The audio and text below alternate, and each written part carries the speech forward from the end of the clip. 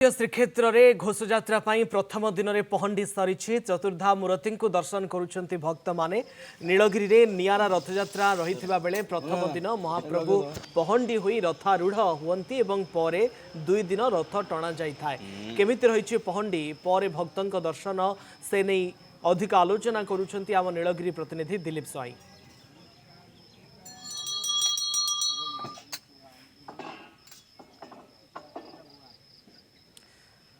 नीलगिरी रे प्रथम दिन में सरी पहंडी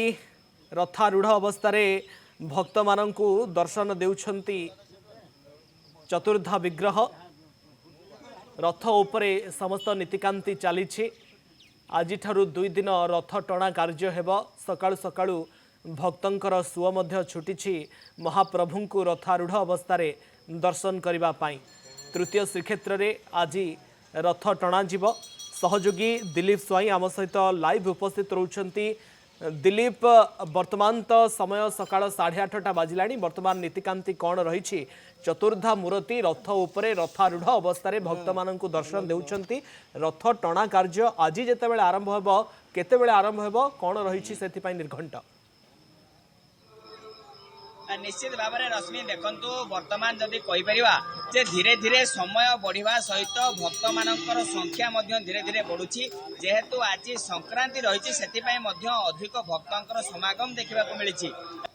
भक्त मानकर गोटे इच्छा थाए जे चतुर्धा मूर्ति को रथ उपरे देखिबे जेपरी भाव में रही जे रथ उपरे कोठी ना कोठी जदि सेमाने चतुर्धा मूर्ति को दर्शन करती तेबे सेमानंकु कोटि पुण्य मिलता है से भक्त मानकर समागम होइछि भक्त माने लंबा धाड़ी रे आछुंदी सेतिपई प्रशासन मध्य संपूर्ण भाव में प्रस्तुत रही किपरि भाव में भक्त माने आसीबे दर्शन करिवे एवं जिबे आपण जेपरि भाव में पचारुले जे रथ टणा कार्यक्रम नीलगिरी रे नियारा टिके रही रथयात्रार विधि 3 दिन धरी एठारे रथयात्रा लगी रही प्रथम दिन महाप्रभुंकर पहंडी होता है एवं पर 2 दिन रथ टणा होता है आज सकाळु मध्य आरती शनिवार सहित अवकाश नीति सूर्य पूजा द्वारपाल जो रही पूजा अर्चना सरिबा परे वर्तमान भगवान को बेश धारण करा जायछि एवं बेश धारण करिबा परे संपूर्ण भाव में पूजा अर्चना जारी रही जहाँ रत्न सिंहासन उपरे भगवान जोपरी भाव में नीतिकांति रही है सेपरी भाव में ए रथारूढ़ चतुर्धा मूर्तिंकर सेपरी भाव में नीतिकांति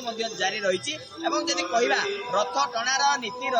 समय निर्घंट होती 3 ରୁ 3:30 समय जदि अनुकूल पाणीपाग रहे बा वर्षार आगमन जेहेतु न देखा जाए तेज 3:30 समय रथ टणा आरंभ होब जेहेतु लघुचाप जनित वर्षा लगी रोची तुआ को तुआ वर्षा होची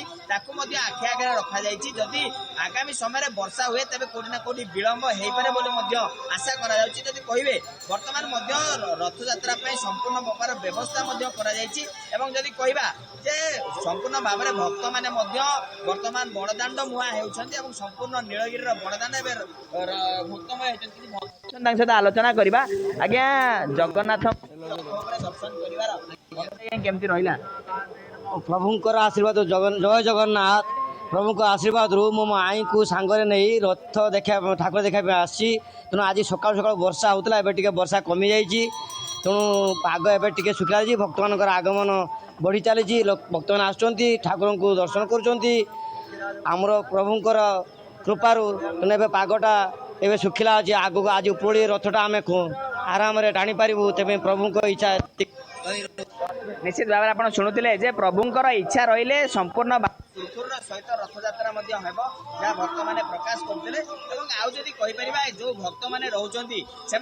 दुईटी लाभ पाँच जी पुरी में जाई रथ टाणी आसुंच परवर्ती समय आसी तृतीय श्रीक्षेत्र नीलगिरी जगन्नाथ मंदिर में रथ तृतीय श्रीक्षेत्र नीलगिरी में आज हेब रथ टणा और गतकाली पहंडी सरी रथारूढ़ अवस्था चतुर्धा विग्रह